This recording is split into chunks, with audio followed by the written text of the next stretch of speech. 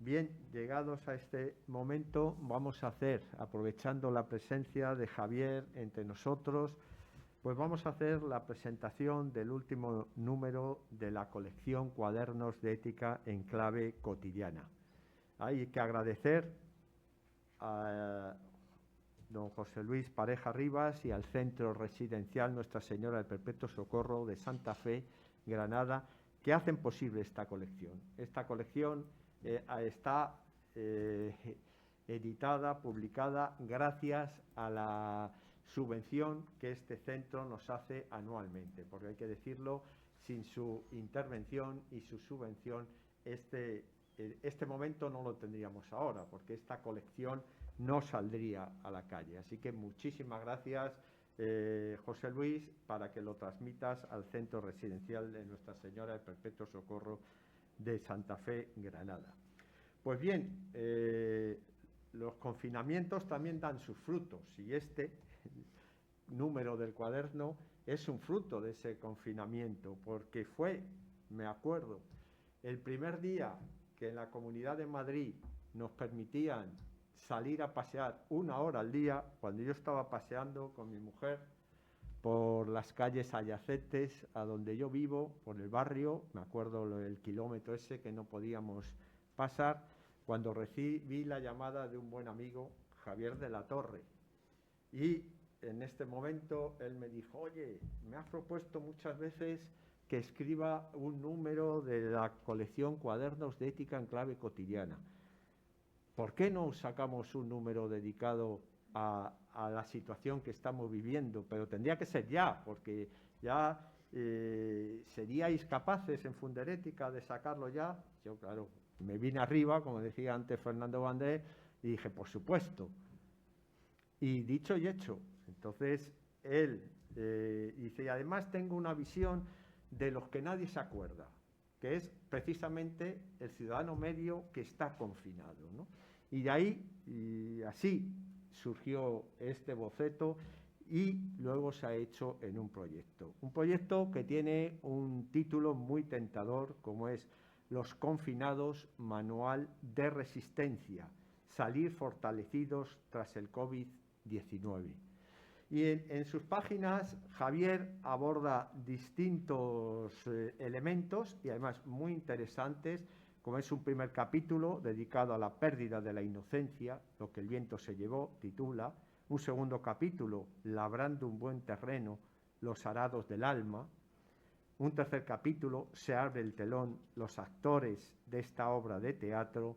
Un cuarto capítulo, a la búsqueda del ritmo perdido, y la conclusión, resistir cambiando silenciosamente el alma. Y ahí él hace una afirmación en este texto diciendo que no es el momento. Dice que el libro es un libro para resistentes, pero dice que no es el momento del poder, sino que es el momento del no poder, es el momento del no podemos. Pues bien, Javier, te dejo con tu obra. Bueno, muchas gracias de nuevo y bueno, lo primero es que es una obra más salida del corazón que de la cabeza, entonces, y escrita muy rápidamente, escrita en poco tiempo, en esos momentos después de un confinamiento. ¿Qué es lo que he pretendido? Bueno, he pretendido, voy a ir rápido, algunas ideas. Bueno, se habla mucho de trabajadores esenciales.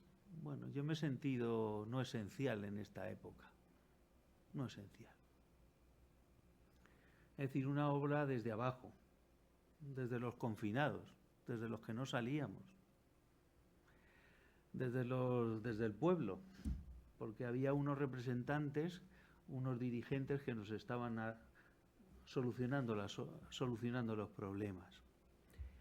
Era una obra de resistencia, efectivamente, pero sobre todo resistencia de los de abajo, de los no importantes, de los que no nos han consultado, de los que no se nos ha llamado por teléfono, de solo los que se nos ha informado, de los que hemos padecido la pandemia sobre todo. Ha sido una obra de resistencia porque hemos sentido que se nos ha robado el espacio público. Nos hemos sentido delimitados, encerrados. Y a veces pues, con nuestras familias, en situaciones nada fáciles. Cada familia es un mundo, pero cada familia ha habido explosiones.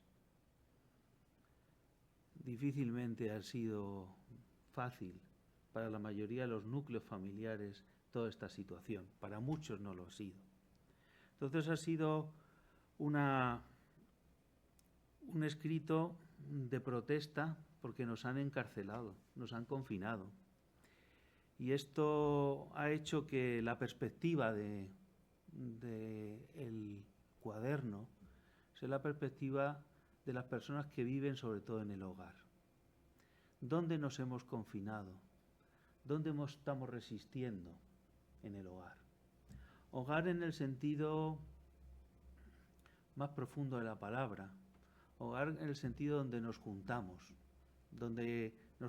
pocos, donde creamos juntura, donde creamos unión, donde creamos lazos. Entonces ha sido un escrito, por un lado desde resistencia desde abajo y un escrito desde la resistencia desde los vínculos.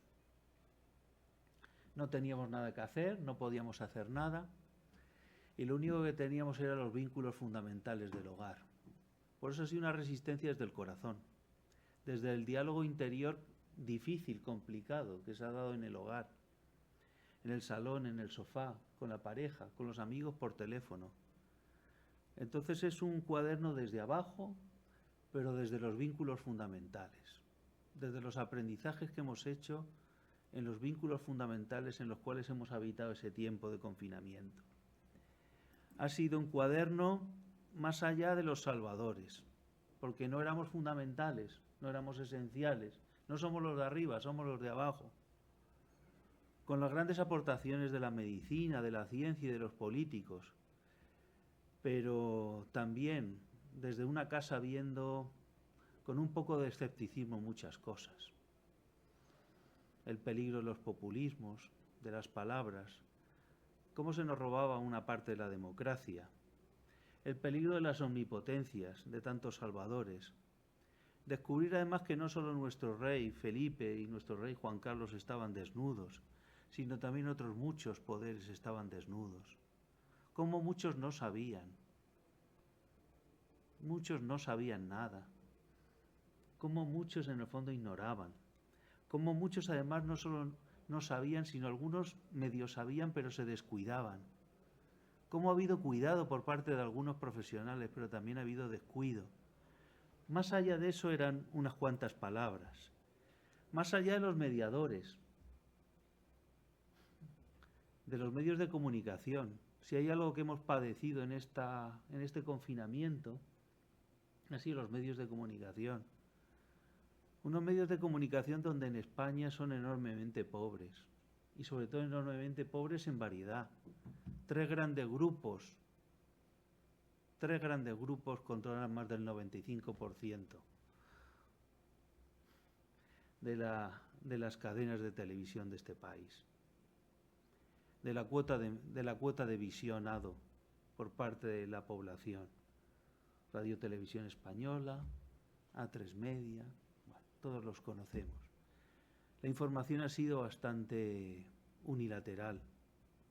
Y además, más allá de los mediadores políticos, que además han utilizado esos medios como juego de tronos virtual, y donde la brutalidad de lo real no aparecía. Aparecían cifras, cuadros, aparecían muchas cosas, pero no aparecía la brutalidad de lo real. Aparecían aplausos, aparecían logros, pero no aparecían los féretros, no aparecía la soledad, no aparecían los problemas de las residencias, no aparecían los problemas de tantas personas con demencia, no aparecían los problemas de tantas personas con problemas psicológicos, no aparecían los problemas mentales, no han aparecido muchas cosas. Los medios de comunicación han sacado una parte, pero la brutalidad de lo real no la han sacado adelante. Y por eso el libro pretende muchas cosas, y muy mal posiblemente escritas, porque están escritas en poco tiempo, pero pretende en el fondo decir qué podemos hacer y pretende proponer cosas para el ciudadano de a pie, para el pueblo, para la gente de abajo, para la gente que no puede. ¿Qué podemos hacer los que no podemos nada hacia afuera? ¿Qué podemos hacer en el hogar? Pues construirnos por dentro. Y una de las cosas que hemos aprendido es la importancia de ordenar los tiempos. Cuando hemos estado intentando arreglar las cosas del hogar, enseñar a nuestros hijos, trabajar, cuidar a nuestra familia, todo junto en el mismo espacio y en pocos metros cuadrados, nos hemos dado cuenta de una cosa importante, que hay que ordenar los tiempos, que hay que ordenar un tiempo, que hay que levantarse a una determinada hora, que tenemos que comer a una determinada hora, que es muy importante ordenar el tiempo en la vida, la importancia del tiempo, y que todo tiene su tiempo, pero no se puede hacer todo a la vez porque se hace mal.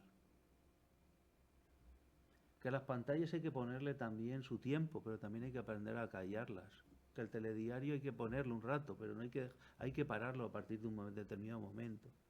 Entonces todo tiene su tiempo. Hemos aprendido a ordenar los tiempos, como nos han enseñado tantos sabios de la humanidad. Hay que encontrar un orden en la vida. Es importante ordenar y ordenar el tiempo. Hay que ordenar los sentimientos. En esta pandemia tan brutal, todo el día oyendo de muertes, de demencias, de infectados, de familiares, pues nos dejábamos llevar, a veces llorábamos, a veces nos dejábamos inundar por tantos sentimientos, nos deprimíamos, o a veces nos gritábamos dentro de las casas.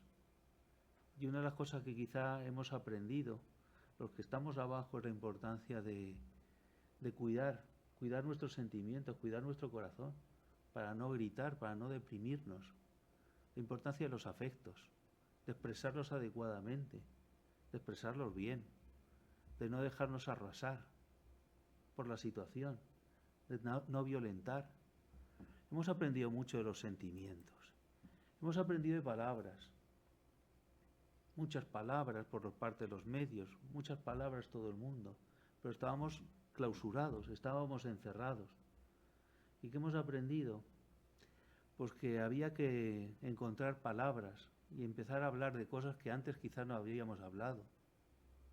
Había que hablar con el hijo, qué es lo que estaba ocurriendo, qué es lo que le ocurría al tío, al primo, empezar a hablar de la muerte, empezar a hablar sobre lo que le ocurría a los amigos que habían perdido a sus padres, hablar con la pareja por las noches cuando se acostaban con los hijos.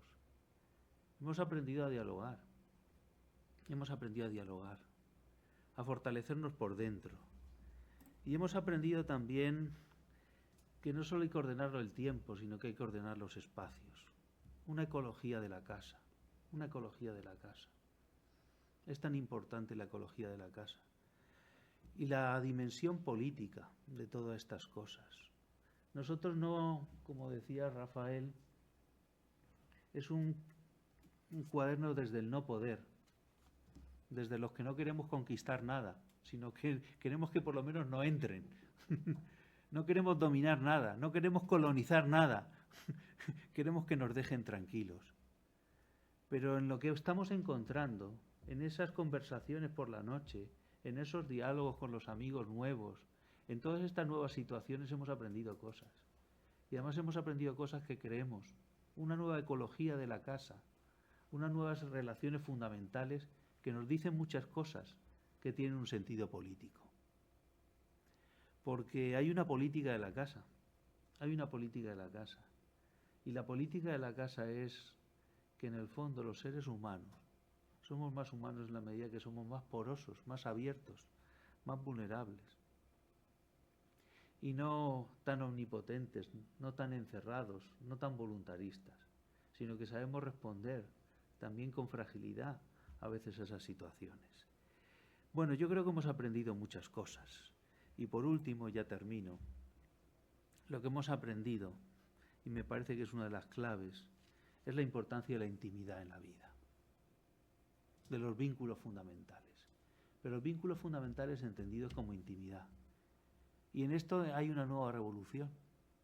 y es que darnos cuenta que en la soledad de la casa, en la soledad de las relaciones fundamentales, con los amigos, con la pareja, con los hijos, en esos vínculos fundamentales encontramos algo especial, y es el profundo valor de la intimidad humana. Una intimidad donde nos desvelamos. En la casa nos desvelamos, nos revelamos, sacamos a veces cosas que estaban ocultas y también nos comunicamos. Y también en la soledad de la casa, en la soledad de los vínculos fundamentales, maduramos.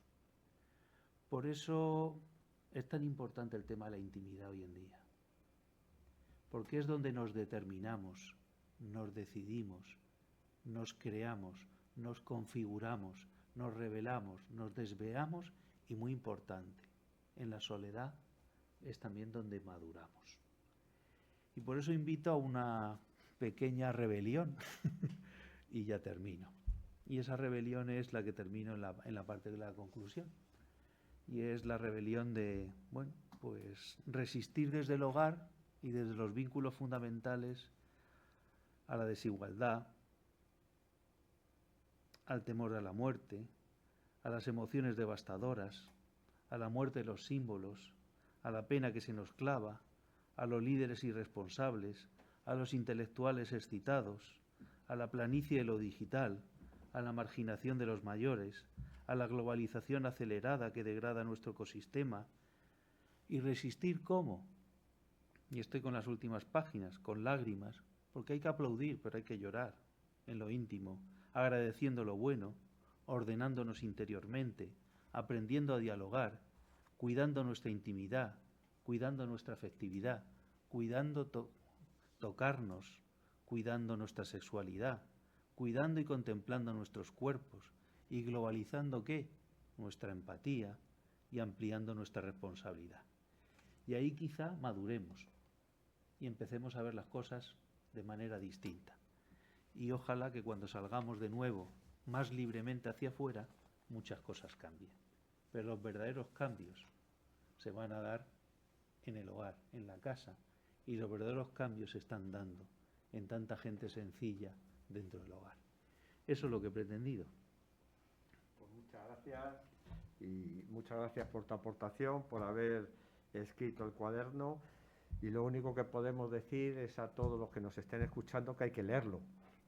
Si se quiere saber cómo ser resistente y a esa pequeña revolución a la que tú nos invitas, pues hay que leer este cuaderno, que lo tenéis, además lo tenéis disponible gratuitamente en la web de Funderética, www.funderetica.org, y allí tenéis la posibilidad de descargarlos. Si alguien lo quiere impreso, pues en la editorial Perpetuo Socorro y distintas librerías lo podéis encontrar. Pues muchas gracias, Javier. Muchas gracias a ti, Rafael.